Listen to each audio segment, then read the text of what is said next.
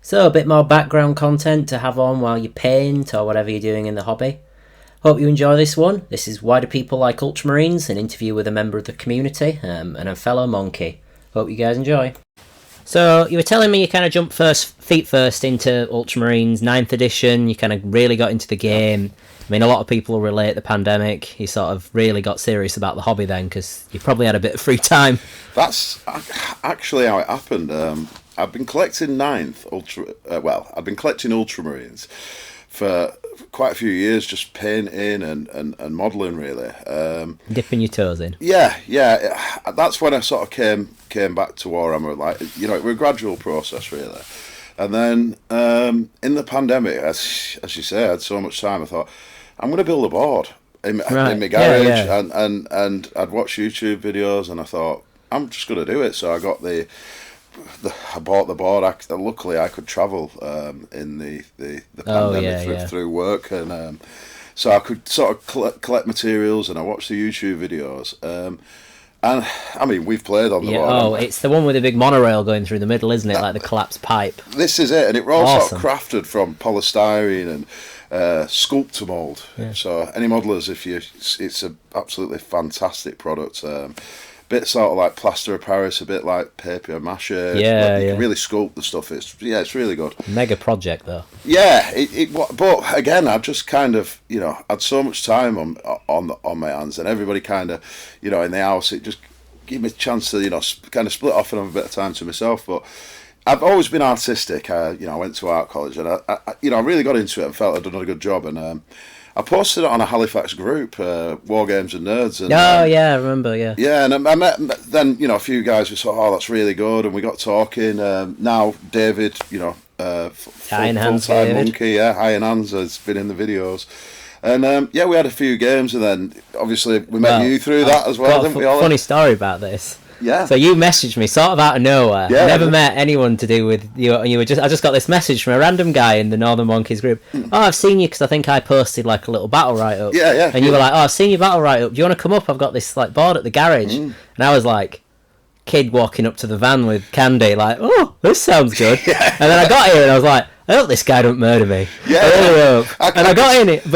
I got in here, saw this board, amazing, fantastic, cool. I'll start getting my death guard out for our game. First thing you did was, I'll just be back in a minute. You went out the door and locked it behind you because you weren't there. And I was like, oh, this guy's going to kill me. Because it was freezing cold, and then David were here. But you did actually turn up to the Monkeys location. Yeah, and it's not an obvious location for a gaming hall, really, is it? So. I mean, it's bigger. The table that you've got is actually bigger than the Citadel boards, isn't it? It's full time. It's like a Warhammer World board we've got now, haven't we?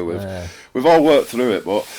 Yeah, so I'd collected them and sort of painted up this, Firstborn Army is all you can call it, really. With I had a Land Raider as well. You give us a game, and myself and David, and then kind of just, got hooked back into the gaming side of it, really. Before I'd have said I was a modeler, and now I'm definitely more, tabletop. Well, 9th edition was a hell of a time to try and learn the rules. Do you know what? It was like learning I'd say a degree. That was changing all the time prior to every.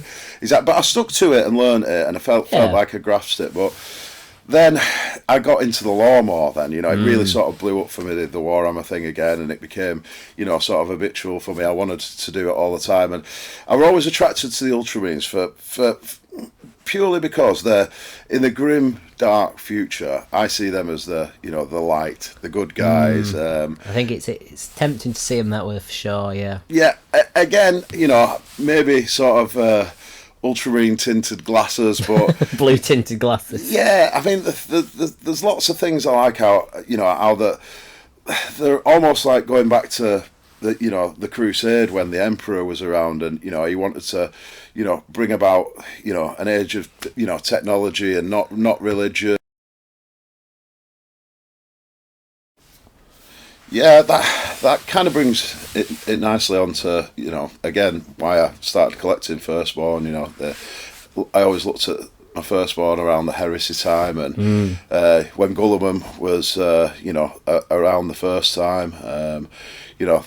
I've read all the Heresy right up to date, and the Ultramarines don't play a massive part really in the books. They come from time to time, but they're kind of a bit of a... Calth's a big, important, mega thing, but it's almost like a bit of a sideshow, isn't it? Yeah. That were by design. Horus wanted to push, because the Ultramarines were the biggest legion. I think they were like 100,000 I think strong. it was more like 250,000. Jeez, really? That big? Because there's a whole thing about how they eclipsed the Dark Angels as the biggest after they took a lot of losses in a Rangdan Xenocide or something like that. Yeah, they kind of got, and I think they kind of got scattered a bit, didn't they? Yeah, they got another thing. They got sidelined as well by Horus the Dark Angels. Yeah, talk about that in our Night Lords video. Yeah, you did actually. Yeah, and I think that obviously, Calth, as a massive event it was, he committed, the World Eaters, was it? No, Word Bearers. Word Bearers, sorry, the Word Bearers. And Nurgle, I think, or that second time round, I might be mixing No, you're mixing up the Plague Wars. Yeah. But I see what you mean. Like, I think the Word Bearers were the second biggest legion. So that was why they went up against the Ultramarines, because they're the only ones with the mass. And a surprise attack, and so even though there wasn't in there too much apart from that sort of side event, where I've read right up to now, the Siege of Terror books, there's that bit where Gulliman's coming in, and the sort of Shining Knight where he says, "I am 9 hours out," and he's coming to Terror, and he brings, he says, "Put all the fleet in a row." Because there's no navigation, and it kind of it kind of just rouses me that that there's lots of heroes in the Imperium. The Ultramarines are obviously the poster boys and always are, but they are. I genuinely feel that they are like true heroes, that people can look to them as being sort of pure and but angels really. Do you think that though is you buying into like the Imperium's like propaganda? Do you know what I do? But then I feel like sort of, and it's kind of the core with me that I do believe that they are good. I mean, what's the old phrase? Sort of, good men do bad things sometimes, but for the right reasons, I think. Well, they do bad things quite a lot. Yeah. Like, I mean, as much as that kind of idea that Guilliman's like this shining light and the Heresy, it's committing genocide on like a weekly basis. Like, shows up an alien civilization. They're just like hanging out on a planet, bashing rocks together, doing no one any harm. Yeah. And he's just like, kill them all, make way for people. I've read a book. I'm trying to think which one it was, and they confront the Tau and they invade their planet, and there is no mercy whatsoever. Yeah, and they're just tearing lumps out of it. And Tau are like, hang on, guys, let's calm down and have a chat. And they're like, no, we're going to crush you to death. The Tau do take a real toll on the Ultramarines. Oh, yeah. The Tau aren't, as much as everyone likes a kind of meme on them, the Tau aren't pushovers. They've got those gun statistics in the game are fairly representative of the law. Oh, definitely. And reading that book, I mean, normally you see the Ultramarines, they come in and, they don't take a casualty bar, a couple of men, but and I suppose now we've come to it, that side did sort of show the darker side, but you've got to pick your faction, haven't you? They're not as bad as Chaos, are they? Come on, they're not like Chaos Marines invading. I don't know. I think Kragnos Baby Eater, he might be better than Galgar, I don't know.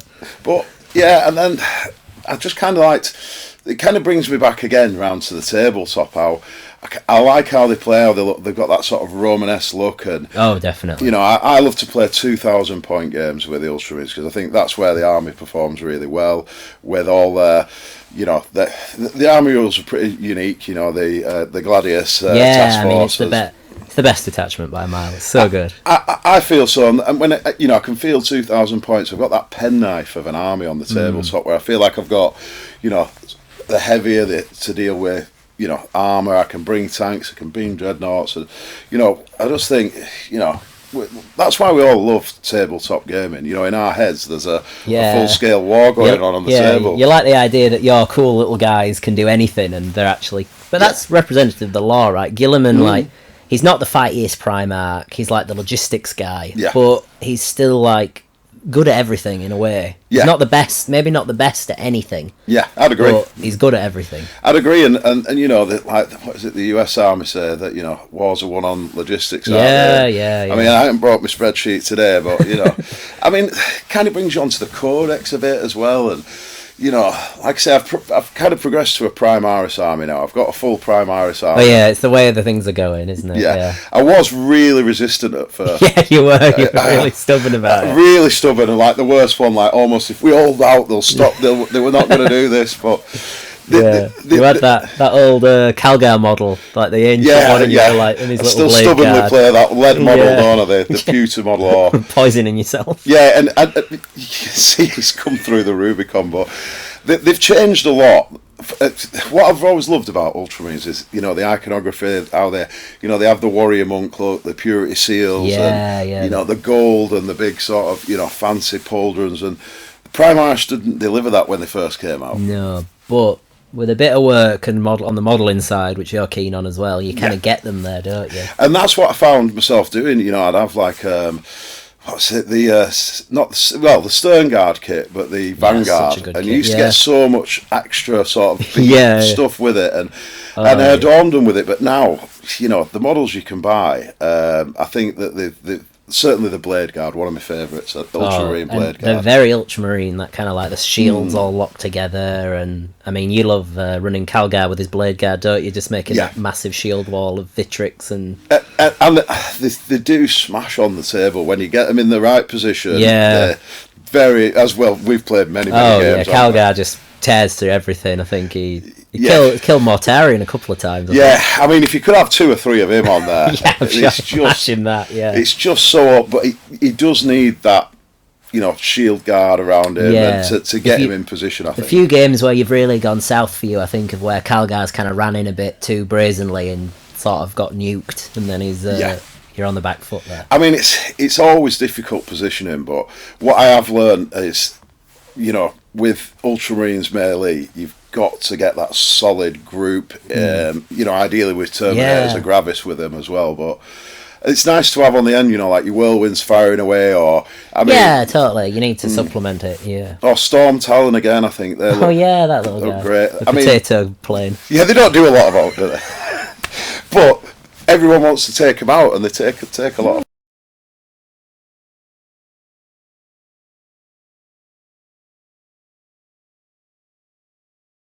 And it is a good time to be an Ultramarines fan, right? You've got the Warhammer Plus animations coming out, and I mean they always have models and support on the tabletop, but now you're actually all these characters that crop up. I don't know who's your favourite out of the big ones for the Ultramarines. It always has been Titus, really. I want to say Calgar, but he's a chapter master, so he's a bit stoic and a bit. It's cool. I mean, I like, you know, I've got an Xbox, and when the Space Marine game came out, and it just blew my mind, you know, seeing it actually realised with an Ultramarine army. Yeah, you get to seeing Space Marines up there is cool, but seeing your faction up there. I'd never really picked a sort of specific character because prior to that, but Titus, everything is sort of about him as a Marine, and you know, from the first moment where he jumps out of the Thunderhawk, and, you know, and he says the Codex it starts is a guide, and then I mean, I've tried to sort of model a Titus model. They used to have like a Stern Guard guy who used to look like him, but they never sculptor made a kind of thing, didn't it? Where you got the scar on the head, and then when the new game came out, I mean, I'll shamefully admit that I went out and bought a PlayStation 5 just to play the game, but I'm glad I did. You know, you got to learn so much more about him and what's happened to him as you know, with the Death Watch, and he's interesting. A character actually is a way, because he has a character. He's not like a very he's a very like stoic, like Ultramarines hero, but he's also like he's got that weird thing going on with like, why does the warp affect him differently? It's interesting. There's, and I mean, you know, he took Neremoth down, didn't he? And then after that, the Inquisition took him, and the new game obviously picks up from that. It's cool, that opening mission with the black not black.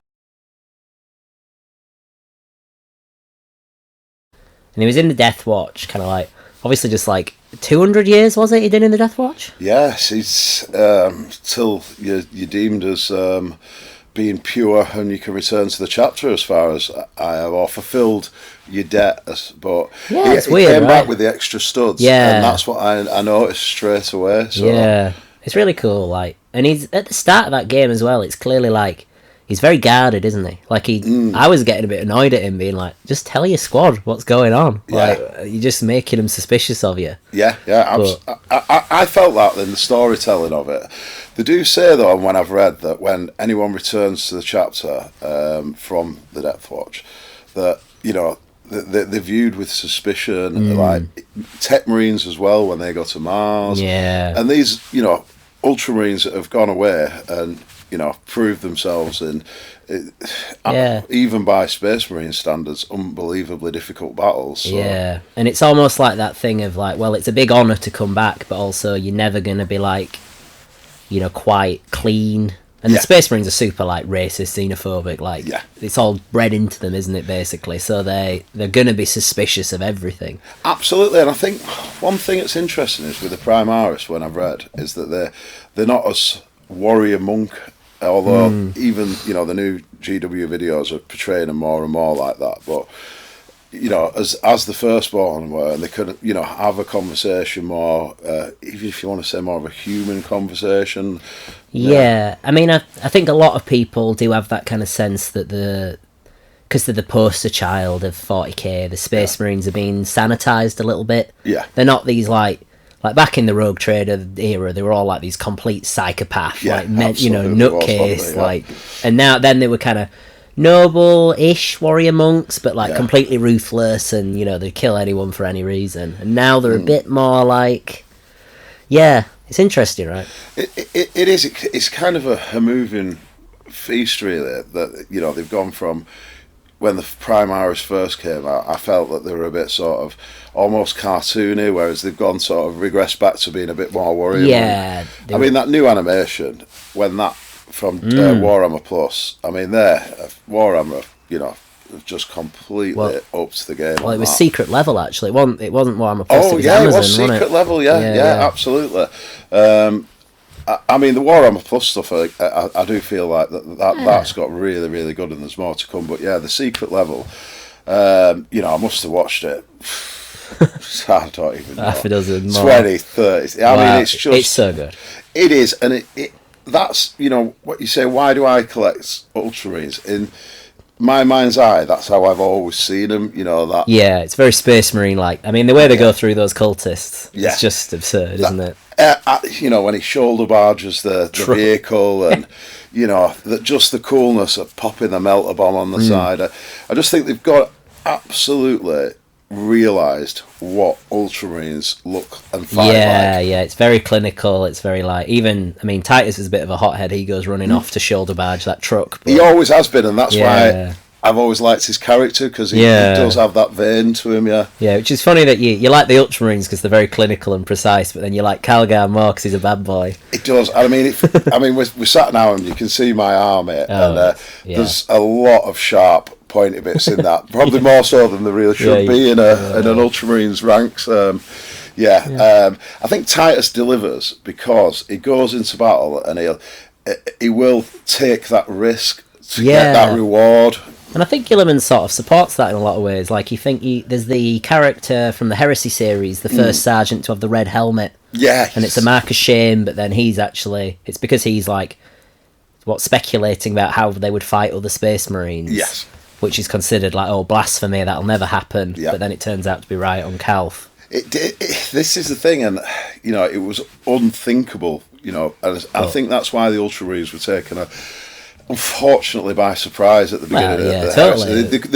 They're so lord-like and so sort of almost, their gene seed is considered the purest, and but they just didn't think that they'd ever come. Yeah, I think one of the worst scenes for me, because I think I read some extracts from the Calth stuff, was I think the Ultramarines captain meets with a word bearer that he's known for ages. Yeah. And the Ultramarines like, "Oh, let me get you a drink," and he's like fussing to like get him some nice because he's trying to be civil and build this bridge, and the word bearer just plugs him in the back while he's not even looking. And that pretty much is Calth, really, isn't it? It's rough. Oh yeah, I mean, just a couple of bits that stick out for me is, they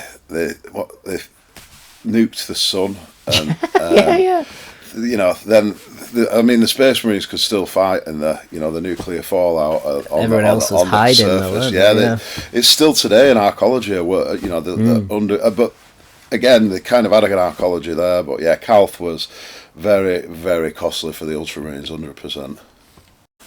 Okay, so whilst having a look at a couple of fact checks, being an Ultramarine today, got to do your due diligence. At least as much as you can with GW and the constant updates. But I noticed a quote today, and it's not one I've heard before, and it was, "Trying too hard is the Ultramarines thing." And I thought, in fact it was, "Trying too hard is the entire point of us." That was the exact quote.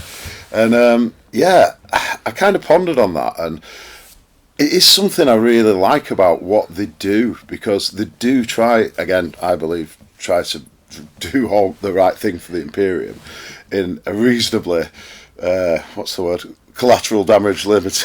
Well, it's that thing, isn't it? It's like they might limit collateral damage of like people if they're like, but if that person happens to have like, because they were born on an irradiated world, have grown an extra toe, they're like, well, get out of here, mutant. Suffer not the alien, the mutant.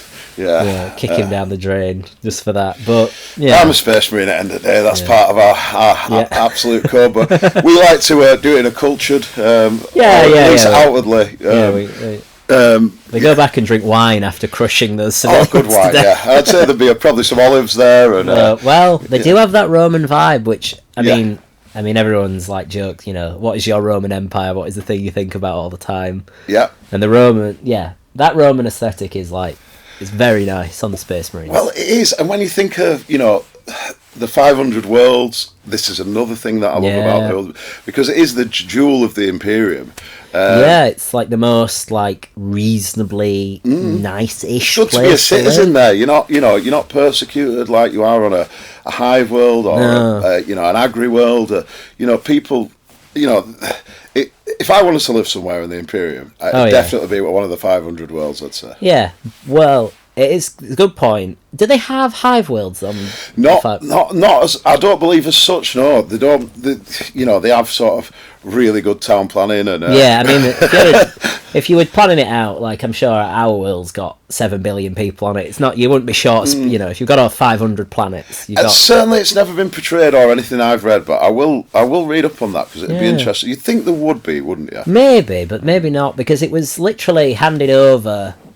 Gilliman was the leader of it before the Heresy, wasn't he? Yeah, he ended up being adopted by the consul. Consul, yes, that was it. Yeah. And I mean, when you look at sort of Macragge or like the Fortress of Hera, it's so Romanesque in any picture art. Hera, it's literally the Romanization of the Greek god, or the other way around. The massive sort of approach to the it looks like the Vatican, doesn't it? Really. Well, you do have all the columns and the pit, all that stuff, which I like, and that kind of goes, into the. How should I say? The look of my army. As I mentioned before, I like the shields and the cape and. All of the sort of uprated pauldrons, with the gold on there, and the purity seals, and anything else you can really, chip and clip into it. Yeah, I do think there's something really nice about the fact that they are. Obviously you can do what you want with your models, but the Ultramarines are supposed to be the Codex compliant one. Yeah. So you've got those red helmets, you've got the white for the veterans, the different company squad markings. Yeah. It looks very nice. I like to try and keep to that. You'll see in there they are in actual ranks, aren't they? With the the veterans there's a lot of white helmets actually in there. I do like the veterans of the first company and the veterans. Terminators. I think. Oh, maybe the coolest models in 40K. They really are, aren't they? And again, this was one of my sticking points. I love the first, and I bought 20 of the metal ones, and then they brought Not the second ones I still resisted, but then they brought the new sculpt out. The Leviathan sculpt. Oh man, it's everything there should be in scale, and yeah. On the tabletop as well. I mean, you know better than I all the rules with Ultramarines. Yeah. I mean, the Gladius is a great detachment, and it really works for showing that again, that kind of dynamic of the Space Marines. But yeah, I mean, honestly, my favourite thing that the Space Ultramarines have specifically is the plumes on the helmets. Yeah. Those, like, it just looks so good. Yeah, from the old Legions. Yeah. It's really nice. I do, when I set mine out, imagine them as a Legion. I once played a big 3,000 point game against Chaos, and oh yeah, that was awesome. I literally had them, out like a gladiator and played them like that, where they move in ranks and they work as an army, but individual units. Yeah. I mean, calling back to it, it's what they do in the Space Marine 2 game, isn't it? You see them all like funneling into the battlefield and spreading out. Look at that scene there where, I played it a few days before you, and I remember thinking, when Calgar comes dropping out of that Thunderhawk, I was like, Carl is going to have a sea. I was like, you'll find him dead. Was, Ollie. It was just... it's kind of one of the the benefits of Ultramarines, I'm sure, and I don't know the pie chart, but out of miniatures bought, there's certainly going to be a big chunk of that pie. Well, I mean, I think it's the well-known fact that one of the main reasons that made them cancel Fantasy was the fact that the Space Marine Tac Squad was outselling the entire Fantasy range. Wow, that's a really cool. I don't know, that might be made up, but it wouldn't surprise me. The Tac Squad, again, I still love them. Iconic I think, they've got that real Space Marine iconography, and they keep, you can keep sort of updating them with, the nice little bits of Primaris stuff and interchanging them and stuff, But I think, that's one of the things about the Ultramarines is, like, they have a very clean, very cool aesthetic. So, you say the 500 worlds are the nicest place to live in the galaxy, and that's probably true, I'll give you that. Yeah. But...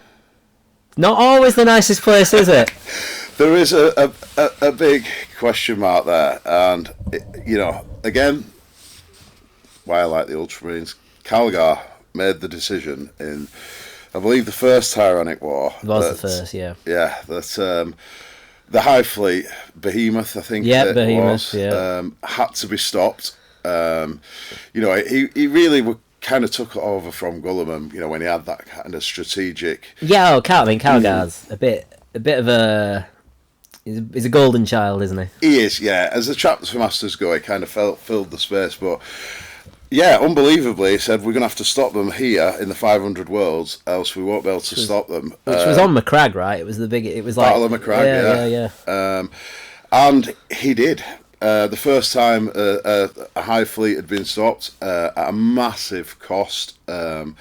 They lost the entire first company of 100 Terminators. And they lost most of the chapter probably lost half its guys at least. Yeah, they wiped, they really nearly got wiped out in the ground war, and obviously millions, if not billions, of guard and auxiliary and titans and material, but... Probably a lot of the Ultramarine successors that hang out on the 500 worlds as well, they probably all took massive losses repelling the toll was, unbelievable. For a chapter to take, the entire first company, all those relics of armour, and they fought them, in the tunnels. It's a bit of a Churchill moment for Calgar. They fought them in the tunnels, they fought them on the snowfields, they fought them at the fortress of it's not Hera, is it? It's the Macragge. It's the Temple of Hera. Temple of Hera. Yeah. And they lost, and ultimately it were won in space. I think a ship blew its engines right and knocked out the centre of the fleet. Yeah, pretty cool. Yeah, and it was the first time the Tyranids had been defeated. The Hive Fleet. It's a whole separate video. It's how can you call that a win when you see the plane and they're coming up to Terror. It's not looking good, is it? Very Eldritch horror, isn't it? It's great. One last point, I think the separate video. I think the Necrons are the only way out of this, but we'll see how it goes. We'll never know. I did like the also one of the things as well is the sort of fight with the first Tyrannic War. Calgar got almost died, didn't he, fighting the Swarm Lord? Yeah, he did. He lost. He's essentially really a dreadnought, but he's still got his fate. He lost both, I believe, both arms and both legs at various battles. Yeah, I think Abaddon chopped one off. The Swarm Lord chopped a couple off. There's probably, lost one down the toilet. Oh wow! I've just got sort of in my mind's eye. Do you remember that old piece of art where he's sat on a throne? And it's almost sort of Japanese art style. He's absolutely dreadnought, but I know what you mean. I'll try and get you. And again, I still play the metal one, and I've got the new Calgar model. It's upstairs painted, but it's just. But yeah, I mean, it must. I wonder if he. How much of him's actually left. About as much, I reckon, as in a dreadnought. Do you think he's just like the head? Yeah. Stuck up? Maybe he's got his torso, maybe, I don't know. Yeah, his I believe it's literally his torso and his head, and then everything, it's same as, sort of set up as a dreadnought, really. But it's weird. I mean, that's part of that, I guess, that 40k, that like sort of darkness, that he's this big hero. He held the gate for 500 hours and against the orcs. He's defeated the avatar of Cain in like personal combat. Yeah, another good actor. All this stuff, but like then at the end of the day, he's like this. There's what's left of him. Husk almost. Really. The husk of a man. That said, he's, as we were saying with the two different models, he's gone through the Rubicon. And I believe that's a difficult process. Yeah, maybe they just gave him new armour. Yeah. It's a big Gravis armour. Yeah. It kind of doesn't make sense, that. But I suppose, it'd have to be on stature, which... And this is a personal rant. Everyone, the Avatar of Cain, it's a bit of a meme, isn't it? The fact that it's always getting whipped. And Calgar killed the Avatar of Cain, and I think people are like, oh, whoa, rubbish. But... Yeah. In that short story from the Space Marine Codex, the Avatar of Cain smashes through the Ultramarines' defences. It wrecks the first company. Yeah. It wrecks the Devastators that try and stop it, and then it fights Calgar. I don't think that's not a bad effort for a war god. Well, I mean, like you say, he's been taken out. I mean, Fulgrim, I think he took him out a couple. Fulgrim choked one to death. The silliest. But Calgar's a chapter master, and he's got. I mean, the gauntlets that he has, they're Guilliman's, aren't they? Or they were. They're like a the gauntlets of Ultramar, aren't they? Yeah. Which are beastly piece of war gear. So I could see that punching a molten statue to bits. I don't know if you've seen the comic series that they've done. I got it digitally. I didn't actually buy the physical, but I tried. I've read the first comic and then couldn't get the hand on any of the others. But it was good. Yeah. Yeah, when you progress, I mean, it's like it's the history of Calgar from, that he isn't actually Calgar. He was the Lord's son was, and he got corrupted by chaos, and kind of ploughing through it, but it gets to the point where he's actually fighting in battle in the and comics, even though the digital, the art in them's great, and he's there taking on, what's that corn Lord engine? Lord of Skulls. Yeah. I mean, that's such a great image of that, where he just punches rips his head off and shoots down his neck. And again, I think that comic is I really liked it. The one of the things that I guess you talk about again, it's that thing of like, they're the noble knights, but in that they kill like 500 kids get killed getting put through that training process to get 2 candidates out for the Ultramarines. Yeah. And they're killing them in the sleep with servitors, they're feeding them to ambles. It was because Chaos corrupted, as far as I remember it, Chaos corrupted the actual Calgar, shall we say. Well, I think Chaos corrupted the guy who was like the head of the training missions, wasn't he? Yeah. Just call it to mind when you... I mean, I read so much, and sometimes recall becomes difficult because I'm reading each day. But the process, I think, of initiates on any world, brutal. I mean, look at the Space Wolves. I mean, they literally let them fight it out in the pits, primordial soup almost. But I think Ultramarines. That said, didn't look great, but they are taking children out there. I mean, they don't do that now. It's Primaris, and I think they still recruit this. The original batch of Primaris were all that kind of really. Also, that nowadays just put them through the initial process. Okay, just a different mechanized process. Because I think that's one of the cool things about the Space Marines is it's like that talking about the custodies are like artisanal, like genetic sculpting, and the Space Marines are like production line, aren't they? They're just smashed out. Yeah, they started on the on the moon, didn't they? Where and then in the Emperor's laboratories. You've just actually brought it on a really good point. I have to just rewind a second. Aye. Gulliman again. Aye. In the Heresy. Right. Puts what, 1 million, who knows, with Belisarius Call. Yeah. Primaris Marines loaded up. Just to after the Heresy, I think he does. Yeah, I think it was the Scouring he did. Yeah. And you know they've never surfaced until, you know, obviously we won't get on to his revival, but bit of a retcon. Now, if that is not planning or a reason to like the Ultramarines, yeah, it is. Yeah, totally. But and especially the fact that he dished them out to all the other legions. They didn't rock up all dressed in blue, did they? They were all like different legions. Well, they were called the Unnumbered Sons to begin with, and when he launched the Indomitus Crusade... Oh, they were all like grey armoured, like massive forces, like Legion strength of Space Marines. Yeah, because he wrote the Codex Astartes, and... I don't know, it's like... Essentially, it's a bit hot under the collar, but no one shall ever bear the strength of a Legion again. And then he sets this off guy. But call them the Unnumbered Sons, but, So I guess my kind of final thing is Guilliman's come back. He got resurrected by like Unid and that whole plot line. It's a whole like the moving forward of the thing. Yeah, definitely. They've done the Indomitus Crusade. The Unnumbered Sons have been like distributed back out into all the other chapters. Yeah. A lot has happened and he's become the Imperial Regent. Yeah. Where do you think the Ultramarines are going next? Well, it's a really interesting question. I mean, it's been so kind of fast-paced, I've not really considered it too much, but now you put it to me, I think they've reinstalled Calgar as, you know, he were worried, I think, obviously, when Gulliman came back, that his place wasn't there, and there was a conversation in the law around that, something along the lines of, you know, you've done a good job, and, you know, I still want you to carry on, but I think certainly in the next level... where the Ultramarines are, you know, still being pushed on, and then in the Space Marine 2 game where Calgar comes in, I mean, we can't go back to that again, but I think he's been reinstalled, so I think the Ultramarines maybe, their law, hopefully, is going to, not, I'm going to say be pushed back, because they're always going to be the front runners, but the Astartes 2 that's, you know, just dropped this week, and you've got all of those different chapters that you don't see a lot of. I mean, that's going to be massive. Yeah, and I think that's a good thing that the Ultramarines are kind of like that front and centre, that poster child faction in a lot of ways, and they get a lot of love because of that. Yeah. But it would be like, maybe they do need to take a bit of a back seat for a while. They've had a lot of books, a lot of stories. Yeah.